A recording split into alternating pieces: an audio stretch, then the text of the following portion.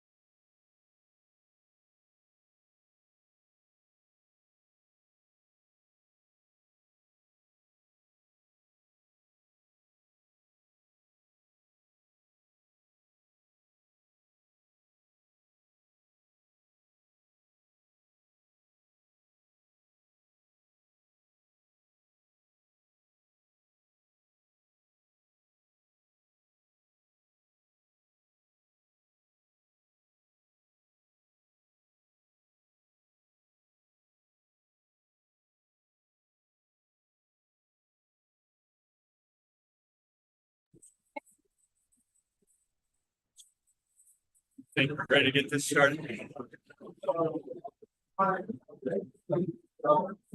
Welcome, everybody. Welcome. Please grab a seat if you can. Thank you for joining us. Turn off. Test. Oh, no, I just turned it on. Thank you. We have a guest speaker. Please grab a seat and provide me to get this meeting started. Welcome to our December meeting of the Arlington County Democratic Committee. My name is Steve Baker, I'm the chair of the committee. Please remember to observe all the COVID precautions. Hopefully, if you had symptoms, you're joining us from home on Zoom or YouTube. If you'd like to mask up in the meeting, please feel free to do so. Arlington Democrats is a open and welcoming community. I appreciate everyone being here tonight. If you're new, thanks for the sign-up sheet in the back of the room. Back to how many people are here for the first time tonight? Please raise your hand. Thank you for being here. Did a lot of great work this year. We're going to do a lot of great work next year. So your timing is perfect, and we've got something for everybody to do. This is our agenda tonight. We've got a couple announcements to make. We're going to take a vote on our school board endorsement vote rules. We're going to vote on method of nomination for our local offices today. So these are two really important magisterial duties of the committee. We're going to have a General Assembly preview from one of our state senators and members of the House of Delegates. That's going to be exciting, and a couple other updates, and then we're going to break into our holiday party, which I think a few people have already started, but details. Thanks everyone for being here. So, a couple things. We've got a few things coming up this weekend. Tom Whipple, husband of our former state senator Mary Martin Whipple, passed away in mid-October. And his service is there's a reception on Friday and service on Saturday. And just wanted to make people aware of that. Friday, the memorial visitation at Murphy's in Boston, 5:30 to 7:30. And Saturday is the service at the Church of the Covenant. It's on Military Road, 2 to 5 p.m. It's a service with a reception after. Tom Whipple started what today is now Virginia News. Back then it was called Whipple Clips. I think he did it up through maybe 2011, somewhere in that neighborhood. And BPAC took it over as Virginia News. We also ran a campaign operation long before we had Beyond Arlington. He was helping candidates all across Northern Virginia. So he will be deeply missed. We had a Supreme Court decision, and I'm going to bring up Samantha Liprez to give us an update on that.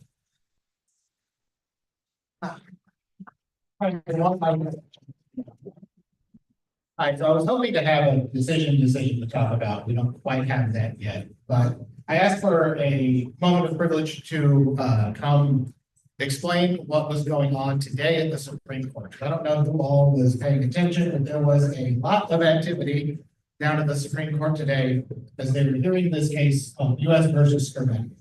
And this case is regarding a decision Tennessee made this year or last year that was a complete ban on gender affirming care for minors, for anyone under the age of 18. Just ban all categories of anything that counted as gender affirming care, the puberty blockers, hormones, even psychological treatment that would cause disdain for their birth sex. Crazy thing is. So it was a complete ban on the medical acknowledgement of transgender minors in Tennessee. The plaintiffs in the case are 3 transgender teenagers who are having their health care revoked by this act, and they have sued the state. They're represented by the ACLU, and so those arguments were heard today. And the argument that the ACLU was making, led by actually the first transgender person to argue in the Supreme Court, which was really, it was good to see. He did a fantastic job. The argument that was basically being made was that this represents a sex-based discrimination, and so should have been submitted to higher scrutiny, because they argued that the medicine that was being revoked from these plaintiffs is medicine that they would have had access to had their sex been different. And because these are given to cisgender children and all for all kinds of other reasons, so denying it based just on the birth sex was discrimination. They were doing this because this was the argument that Gorsuch used in his somewhat refreshingly surprising pro-trans decision in Bostock, and so they were trying to use the same argument for this. We didn't get a decision today, so I was hoping to talk about what the decision was and what the ramifications were going to be, but that will have to wait. But I just wanted to bring this to people's attention because I think it's important to understand that the stakes of this are higher than just this decision. This decision by itself is enormous because at stake here is whether or not the government can just shut off an entire category of healthcare for people, and specifically for trans people. In the arguments that they made, the Tennessee's lawyer was making, it was pointed out by the justice that the argument he was making was not unique to children and would apply if there were a ban on adult care and a federal ban on all trans health care. And the lawyer's response was, well, there aren't that many transgender people. So it is a really clear indication of where they want to go. And so I transitioned in my early 30s. And while I'm really grateful that I was able to get the healthcare that I had access to, that I'm able to live the life that I have, that I've been pretty, my life has gotten a lot better since I made this decision, went through with this, and got access to the care that I've received. But it's hard for me to even imagine what life would be like had I had access to this care earlier. And it had been so wonderful to watch this world develop where people like me could have gotten the care they needed earlier. Because while I'm happy in a lot of ways, the state that I've achieved for myself, it hurts a little just every day, all the time. And it didn't have to if we'd gotten this earlier. So it just breaks my heart to see this first step towards nationally taking away the progress that has been made for people like me. But also, it's an attack on queer rights, LGBTQ rights generally, because another thing that happened during this argument is Justice Barrett, in her back and forth, said that this doesn't feel discriminatory because it equally bans access to transition for all sexes. And the argument that she made mirrored really ominously the arguments that the opponents of Obergefell made, that restricting gay marriage was not discriminatory because everyone had the right to be heterosexually married. And it was the same argument, and it goes, it's a dark moment for where they want to go further. And then on top of all that, it's a risk to bodily autonomy generally for all of us. Most of the arguments they cited were dogs. And it was the argument that one, you don't have a right to privacy. You don't have a right to make decisions for yourself. That's not something that is inherently protected. And they argued about how this is new and it's controversial and it's not rooted in our values. And so this is a play to get people like me out of public life entirely. It's a play against queer rights, and it's a play against all of us to ever do anything that makes a certain group of powerful men uncomfortable. And so I didn't get to find out what happened for this. Honestly, it's not, it doesn't bode well, but a few things could happen. But since we didn't get a decision, I just wanted to bring it to your attention and just, I don't know, make it clear the fight that's starting now, because it's not looking good. And even though we didn't get the results we wanted federally, I still don't intend to go back. I hope you don't.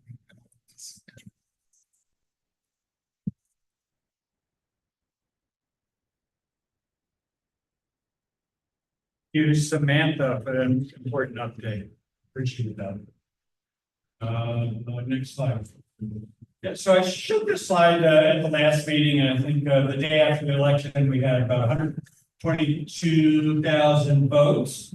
And with the provisionals and the same day registrations and everything that came in, I just wanted to give a final update. So Arlington ended up at 129,561, just barely under where we were for 2020. So just again, as I said last month, Arlington did its job. We did exactly what we were trying to do, and elected a lot of great local Democrats, and well, most of our Democrats up and down the ballot. Next slide. But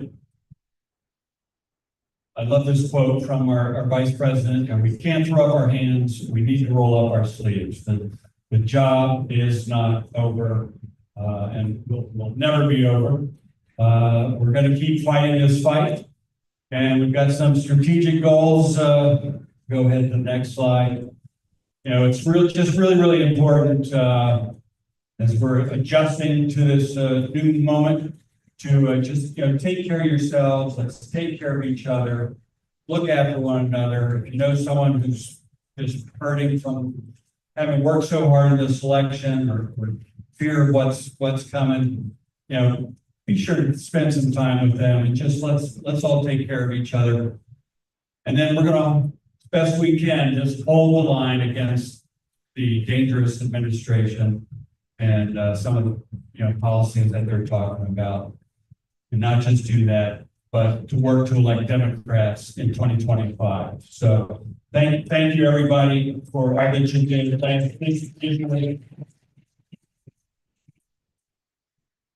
Thank you to new people who showed up. If you didn't sign one of the things in the back, you can scan this QR code, take it to our volunteer page if you'd like. I do want to take a second and just with respect to 2025, as it's coming up, I know my good friend Ray Anderson. Ray, go ahead and stand up. Ray is starting to put together a Spanberger group for 2025. If you're interested in being part of that, please see Ray before you leave here today. Thanks for being here, Ray. All right, next slide. Yeah. All right, so first voting item of the day, our school board endorsement vote rules for all the members of the committee. I did send around a copy of the rules, and there are select copies on the chair if you need a paper copy. I've got a few more up here.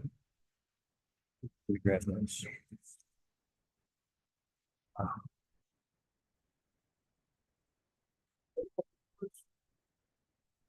Last year,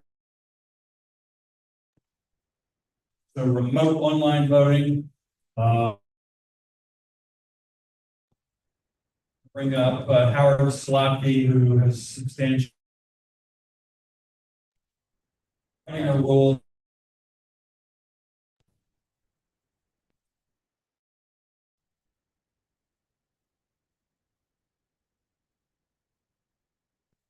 Good evening, Arlington Democrats. So I'm not speaking on the most exciting topic, bunch of rules, but as Steve mentioned, we did use last spring, we did use Election Buddy, which is a software, a voting, and then we didn't really need to have people sitting around.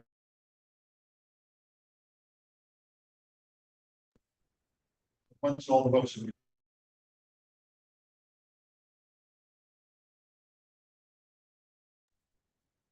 Things that we're going to do a little differently than we did last year. Last year,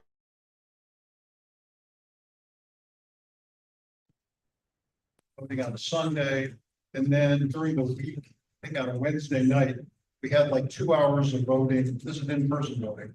2 hours of in-person voting available.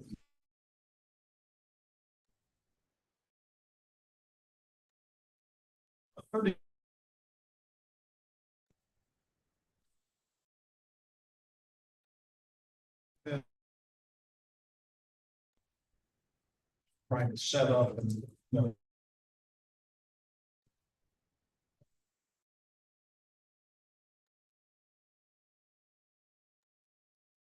so.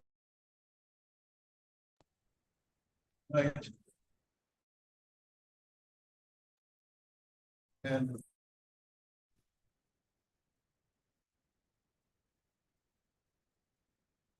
sort of have given up on trying, one of the reasons we decided to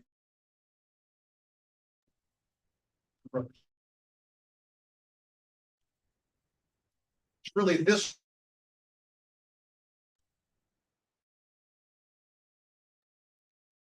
our collective heads together, trying to figure out how we can do a better job.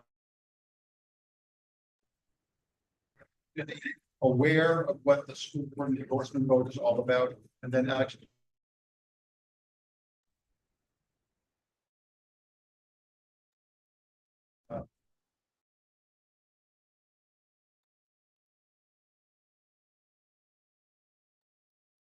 So.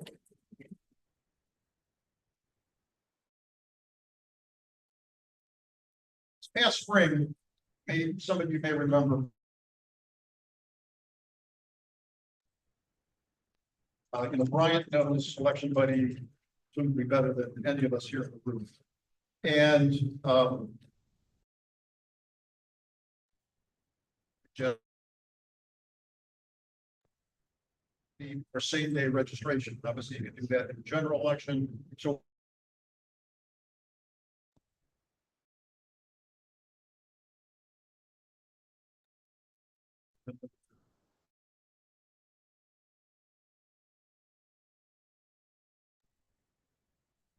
as I mentioned, Bryant being a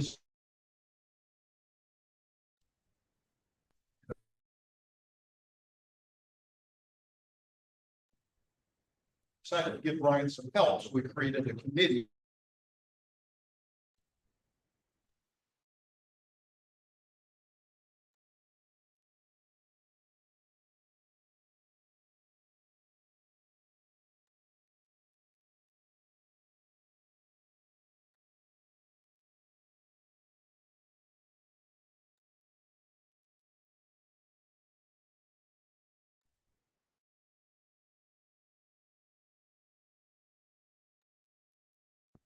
We changed it because we increased the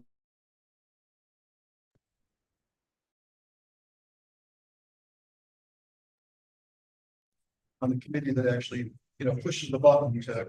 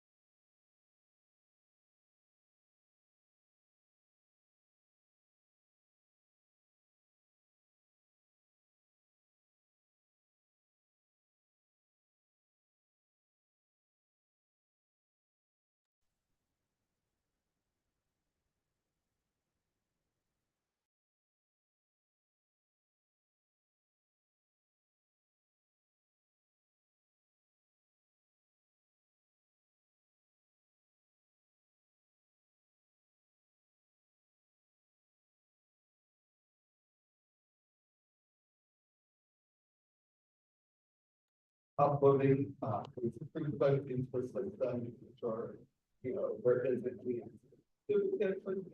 Providing, the school like.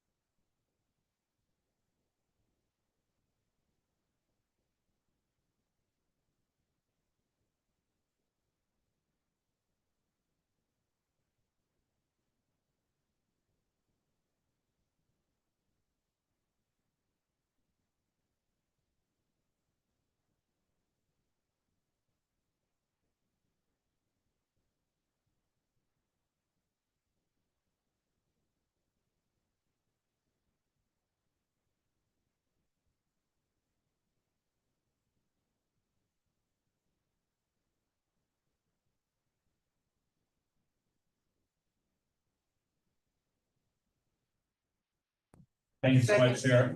We got a motion and we got a second. Do we have discussion? Any questions? All right, seeing none, we have a motion, we have a second. All those in favor of the rules, please raise your hand. Thank you so much. Any opposed to the rules, please raise your hand. We get a vote on Zoom? One eye, one else. All right, everybody on Zoom, right? If you're in favor of the rules, raise your hand. And I'm going to say that the motion passes. Thank you very much for participating in our school board first vote for the process. All right, we're down a slide. Just as important as the school board rules is our method of nomination for local candidates for 2025. County committee is responsible for choosing the method of nomination for our county board candidates, for any seat that is fully contained within Arlington County, which is our state senate seat number 40 with Senator Barbara Favola, who's not on the ballot next year. It's the delegates. The delegates are our first district and second district, all within Arlington County, and our third district representative, we're going to have a nominating committee for a little bit later. But those three seats for next year, county board and the two House of Delegates seats. By chance, do I have a motion to vote for a primary as method of nomination? Thank you so much. We got a motion. We got a second. Is there any discussion? Seeing none. All those in favor of primary for method of nomination, please raise your hand. Thank you so much. Any opposed to primary for method of nomination? Thank you so much. That passes, and we will have primary 2025. Thank you everyone so much. Where are we going now? Next slide. Yes, we're very fortunate. Today, we're going to have a General Assembly preview from our state Senator Barbara Favola and our member of the House of Delegates, Alfonso Lopez. So we can invite both of you up for that timely preview. Thank you so much. Thank you, Steve. Well, thank you all for being here. I love Democrats. And you're going to love us when I tell you about the preview coming up for the General Assembly. It's going to be a very challenging year, so I will start with the good news. The Democrats have control, as you know, of the House of Delegates and the state Senate by a very slim margin, right? vote in the Senate, 1 vote in the House of Delegates, unless the speaker gets to vote, that's a 2-vote margin. So the first thing we're gonna do, and its top priority, is to pass constitutional amendment language in 3 areas. One is ensuring access to reproductive health care. The entire.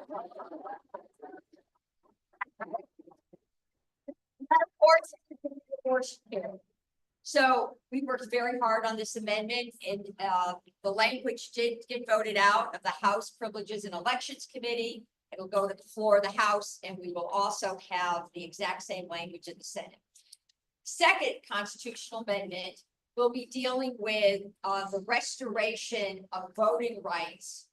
Felons, after they've done their time, they re-enter society, we'd like them to have automatic restoration of their voting rights. Right now, we have to petition the government, and it's onerous. And we're one of very few states, that's 4 states, that still has that requirement. So it's time. And then we also are, and this doesn't mean the order of priority, we also have a constitutional amendment that will ensure the right to marry whoever you want.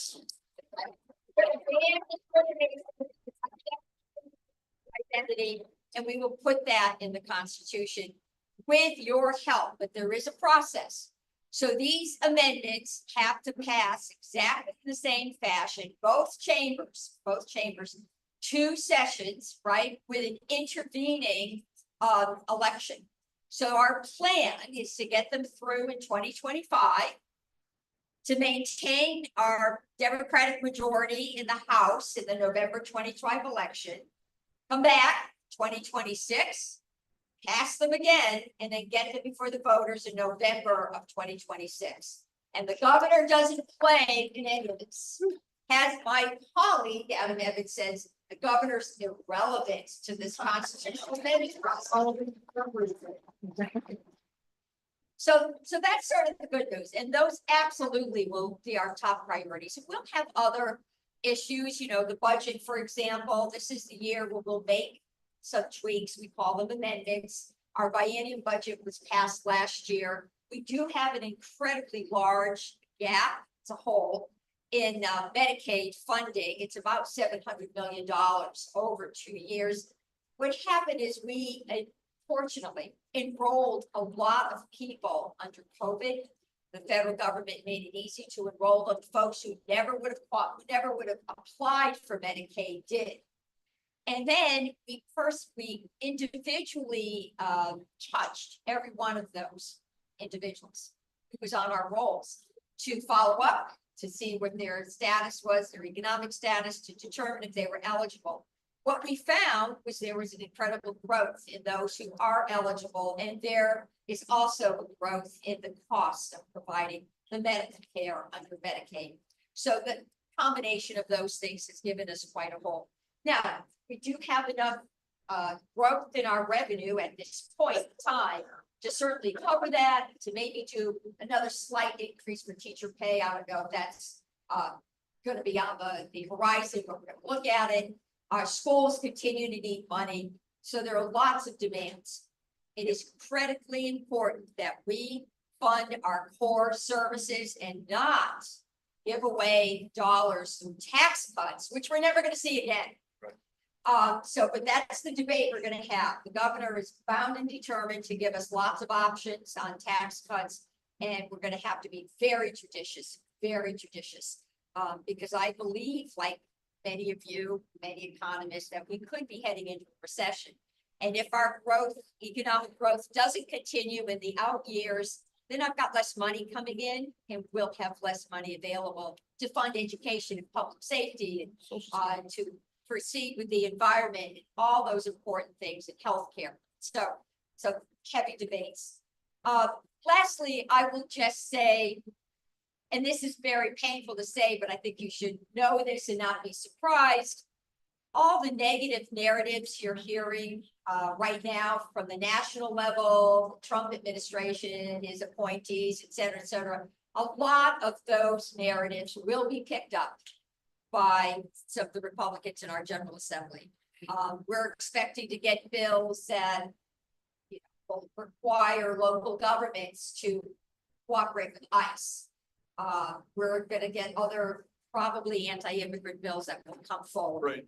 We're gonna get bills that will, I mean, the whole narrative that they're talking about in Washington, we're gonna see, I think, in the General Assembly, but we have a very strong blue brick wall. It's not wide, but it's strong. So, we're gonna defeat those, but it'll be a tough conversation. I'm expecting more information, transgender issue and transgender, the intersection with schools, all of that will come back up. In part because 2025 is an election year for the House of Delegates. And some of the Republicans want to inoculate themselves against primary opponents. So they'll go for the red meat, sort of, so to speak. So that's sort of my prediction. We can get into more detail if you have questions, but I'll turn it over to Delegate Alfonso Lopez. Let's be very clear about a couple things. Glenn Youngkin is not our friend. Glenn Youngkin has, who remembers the first things he did? Banning books. Critical race theory is evil because it's going to be taught to 5-year-olds. Oh, I don't know. Let's have tip lines on teachers. He has systematically tried to gut environmental protection in Virginia after we passed the Virginia Clean Economy Act, which took us from the second worst state in America for addressing climate mitigation issues and climate and emissions to the 4th best in 19 months. He wanted us to gut it. He tried to take us out of Reggie, even though it's in the Code of Virginia. We actually passed a law, Glenn. You can't unilaterally, by executive order, get rid of something that's in the Code of Virginia. He had to be taken to court, and we only got the announcement a couple of weeks ago. Yes, it's a good thing. It's a woo. Thank you very much. But here's the problem. Here's the problem. These people think they have a mandate. They lost seats in the House of Representatives. It's a 2-seat majority.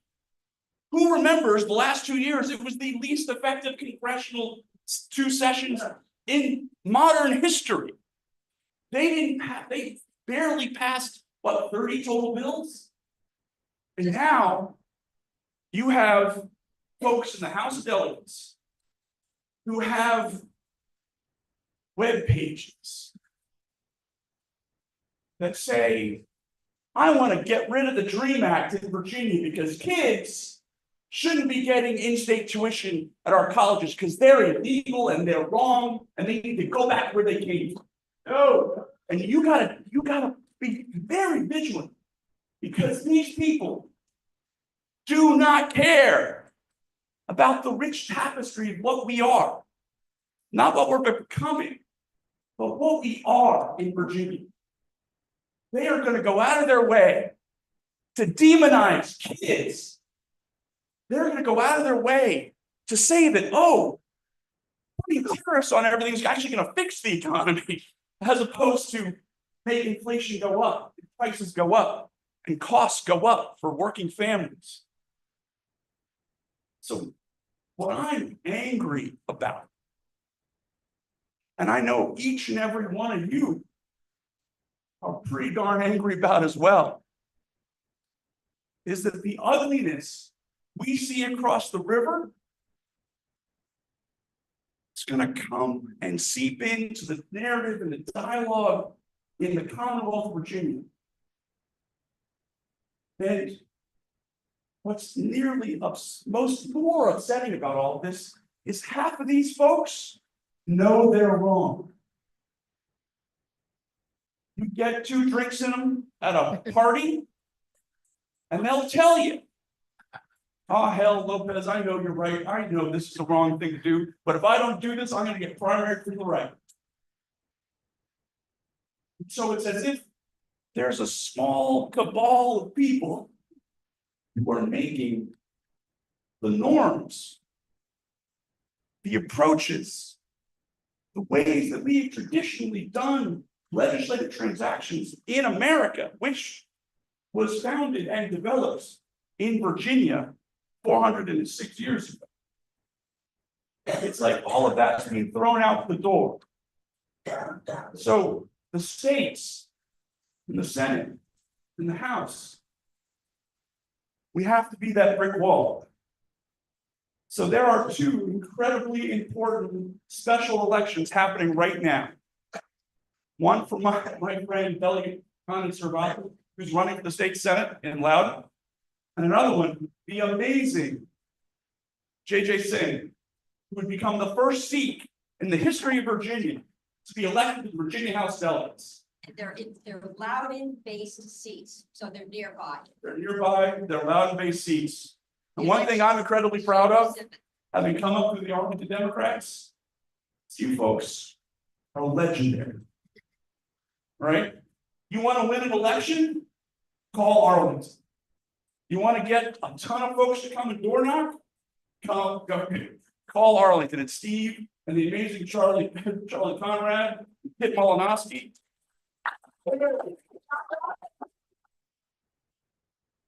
That kind of talent to help run your campaigns.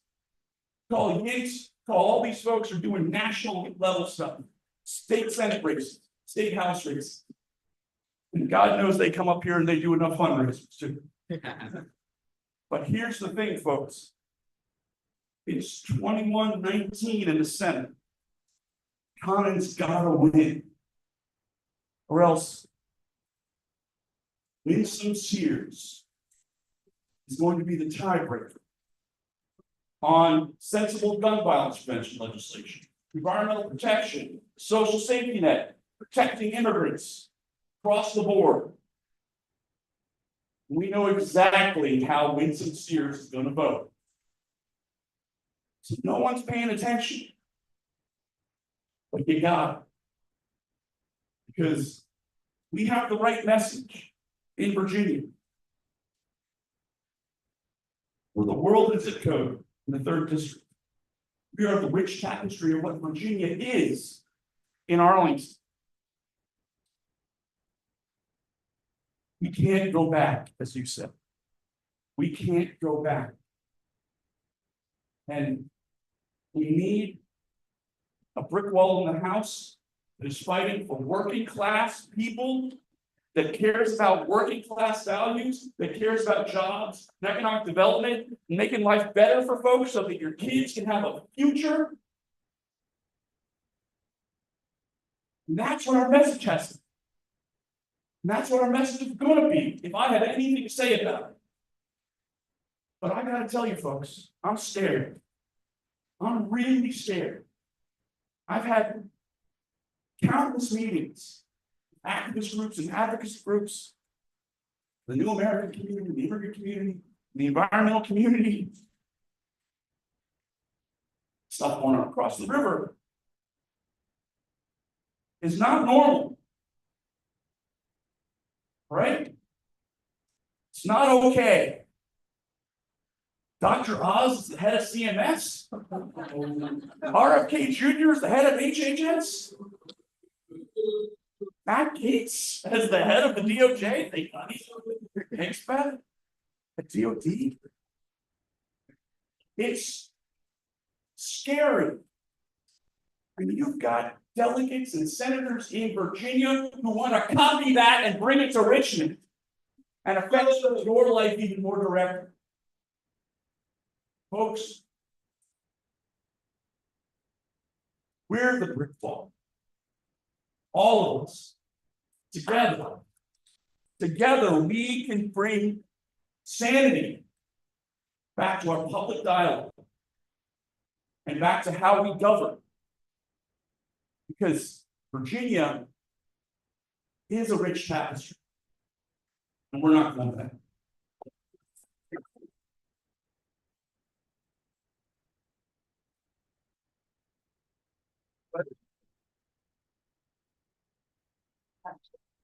All right, sorry. Right, big round of applause. Big round of applause. Just have a public announcement here. The special elections that Alfonso just referred to are January 7th. Are you gonna go through okay, wonderful. So thank you all. If you have any time, energy, or wherewithal to help us win those special elections, they're incredibly important. And I think we both laid out why. So kudos to the Arlington Democrats. Thank you, Senator, thank you, Delegate. I know Kip was not able to be here tonight. You're gonna get the update. Yep. Sarah Florence. It's gonna be in our house, you guys have to deal with me too. So the good news is that we live in Virginia, so that means we have another election. The bad news is that we live in Virginia, and that means we have another election. Right? So, as Senator Vola and Delegate Lopez just outlined, Congressman-elect Suhas Subramaniam is leaving the state senate as he was elected to Congress, which is huge, awesome, really glad that he's gonna be representing us. But that means, Senate District 32 is his state senate seat, and that is now open.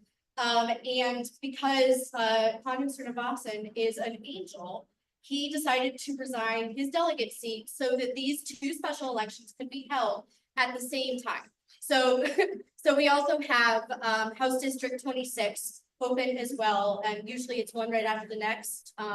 So I can't tell you how huge it is that we get to do both at once. So right now, the Senate Democrats have a 1-seat majority, House Democrats have a 1-seat majority. So, you know, just like Senator Vola and Delegate Lopez just articulated, we have to win.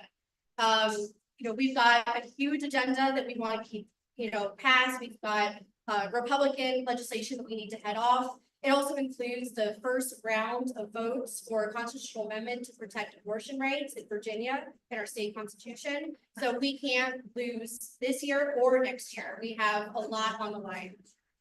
So here's the nominee. Well, could you go back one more slide?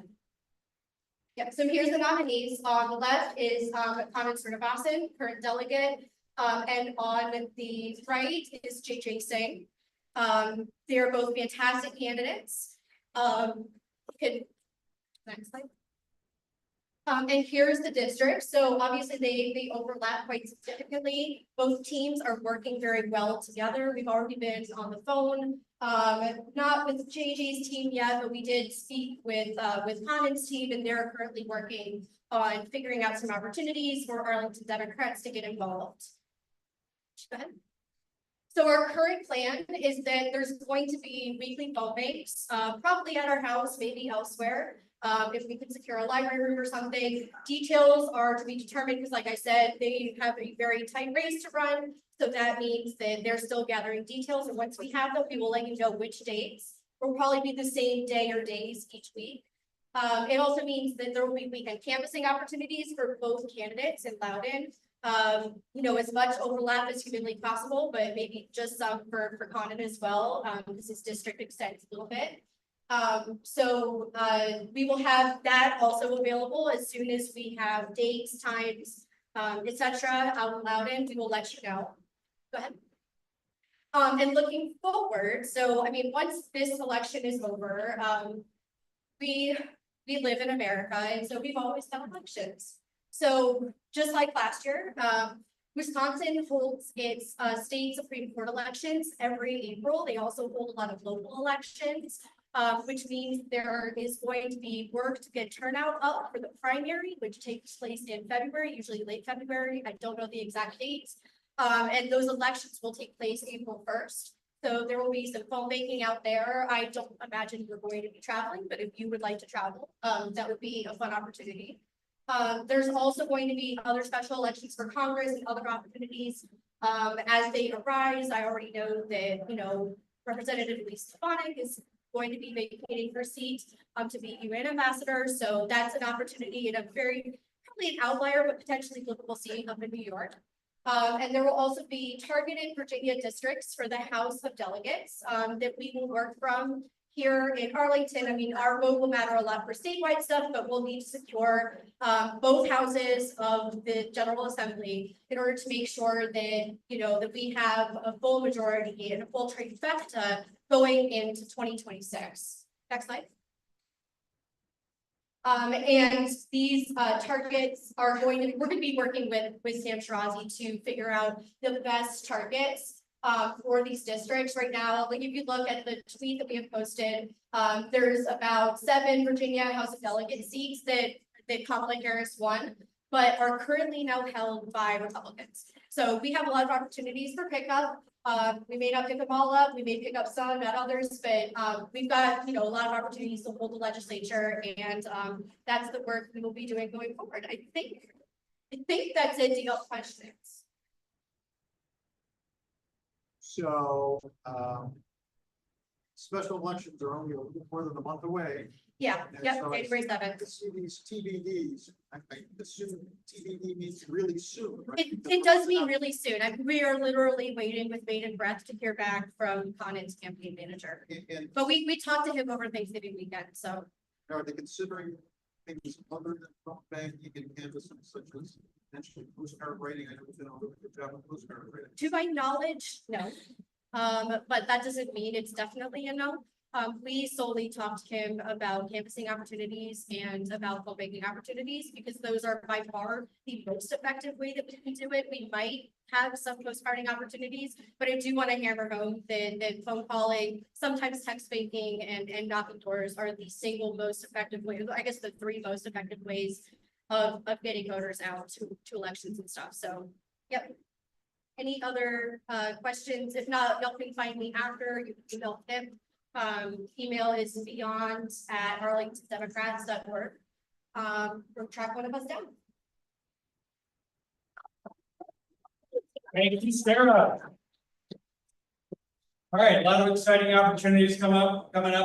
JJ Singh is formerly from Arlington, so we want to get out there and make sure we help him and kind of win this special. All right, for outreach, I'm going to bring up Brian Coleman.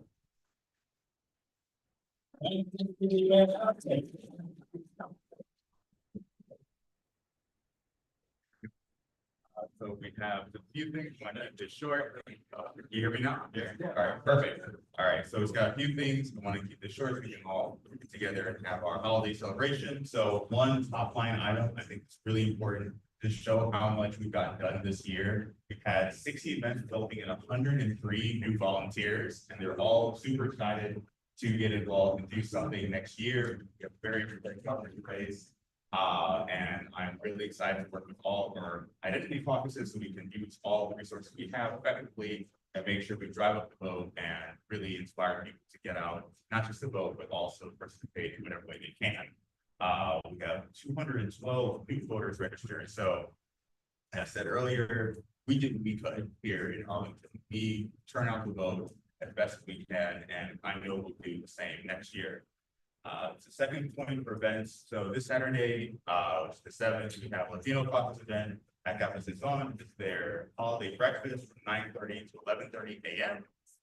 We also have Saturday, some details still coming out about it, but I've been in communication with the Green Valley Civic Association leadership there, and they have a community holiday fellowship parade and toy distribution. So once more information comes out on that, I will be sure to share that. Steve Paul feels to get that everyone wants to participate there. Both great events, and really hope you are able to attend one of them coming soon, either this weekend or 14th weekend after this.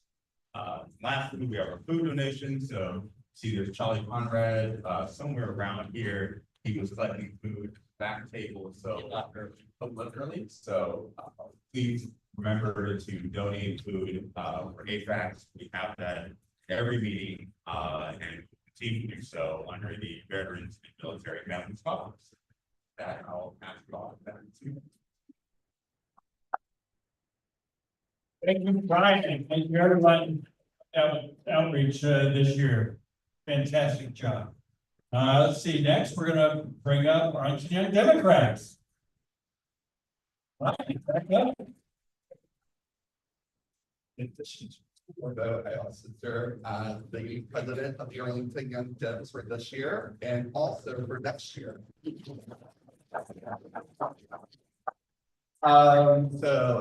to the next slide. So we had a pretty good year. The VAYD put out their campaign competition rankings, and for the, I think, third year in a row, we placed in the top 3.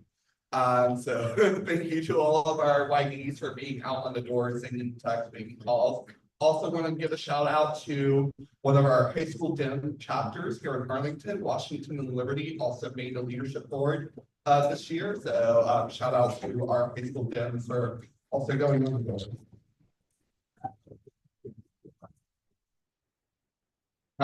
Here's our campaign stats. Our total voter contacts was 398,271 voters that were contacted. Of that, 395,791 were texts. That was 41% of the total VAYD text number. And then doors knocked, we did 2,178, most in Virginia, but we also did some in Pennsylvania and North Carolina. That was 5% of the statewide total. And then 480 calls we made. I didn't get the number for that one. But we just want to say thank you to all of our supporters, especially our donors. We truly believe in making campaigning and volunteering as equitable as possible. So we do provide reimbursements for hotels, gas, anywhere that we can support our volunteers to get out on the door. So, you know, they're getting involved in the campaign, but also connecting with its community voters. Yeah. We recently elected our new 2025 NYD e-board. So for president, it'll be me, vice president, it'll be Austin Locke. Well, it's just over there. And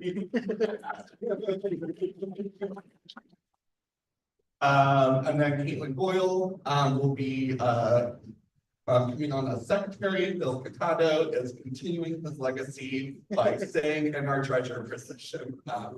We appreciate all the work he's done. And then political director Gabe Lynn.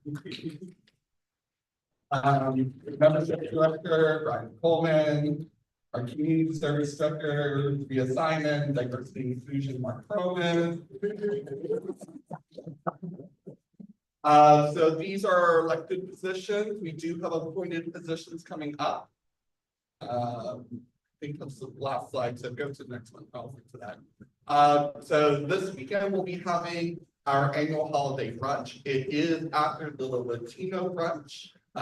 It is 1 p.m. That is a new start time. It was 1:30 p.m. on the Arlington Dems email that went out, but we did push it back because we know there's a lot of events going on today, and we do want to make we want to accommodate people as much as possible.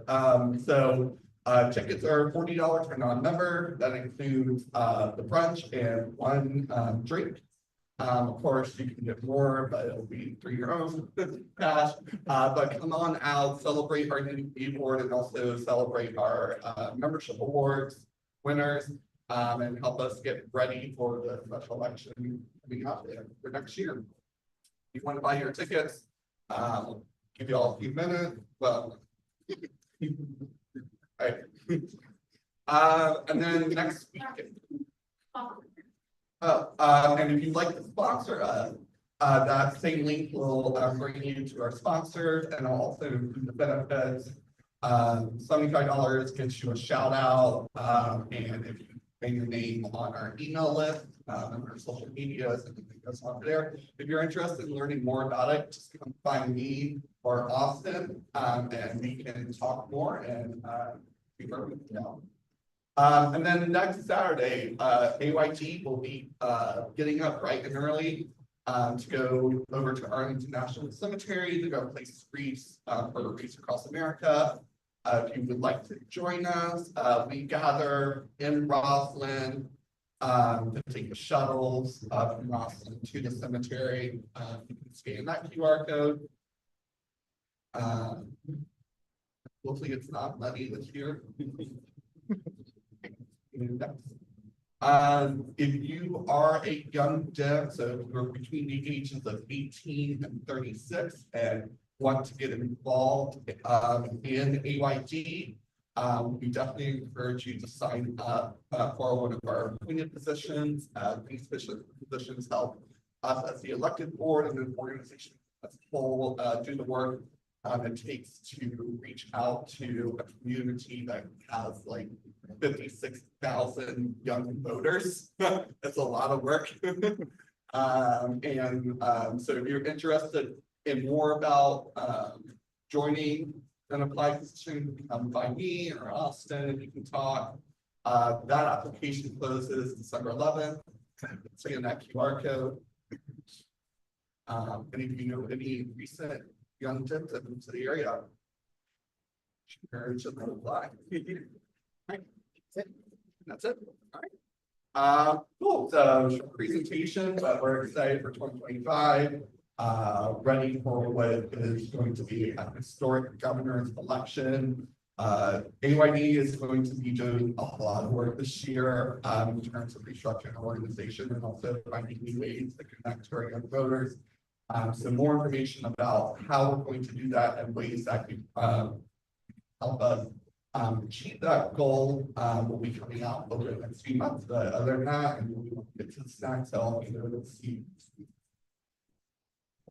Thank you, Brian. Big round of applause, Brian. Thank you, everybody, for being here tonight. Our next meeting is going to be January 8th. First day of session, first day after the special election. So be sure to sign up for our emails.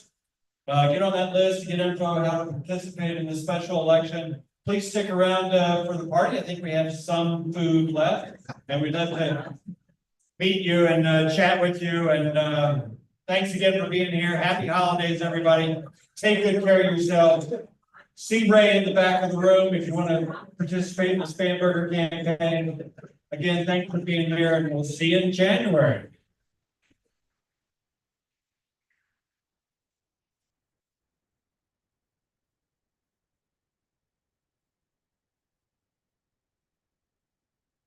Stephanie, right? Yeah.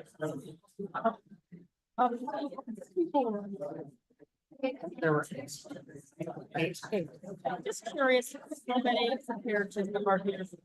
It's a slow day. It's unpredictable. Right, but usually. There's usually a dozen. We're usually done. I'm just curious. Okay, but they need to just come here. Sometimes if they're sick, I'd rather they stay home. Well, of course. Take that, John. Thank you. Yeah, I didn't bring my notes up.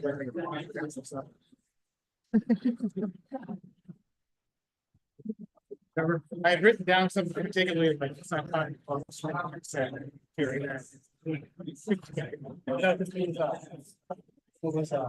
A Republican from Ohio is on TV, and there was a similar ban being discussed.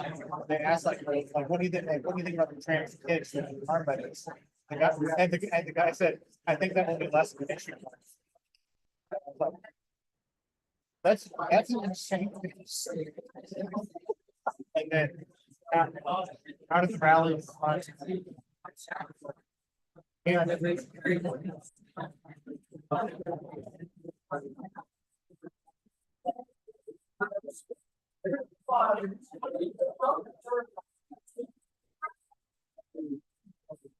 yeah. Become more.